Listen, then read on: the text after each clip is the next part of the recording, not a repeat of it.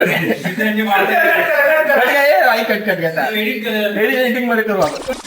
मित्रांनो, आज आहे आमच्या अमर मामाचा वाढदिवसाची पार्टी आहे आणि हा माणूस एवढा दिलदार व्यक्तिमत्व आहे, एवढा शेट माणूस आहे. आम्ही प्रत्येकाने स्टेटसला टाकलेला हॅपी बर्थडे शेट, कोणी त्याचं नाव टाकला नव्हता कारण तो शेट व्यक्तिमत्व आहे.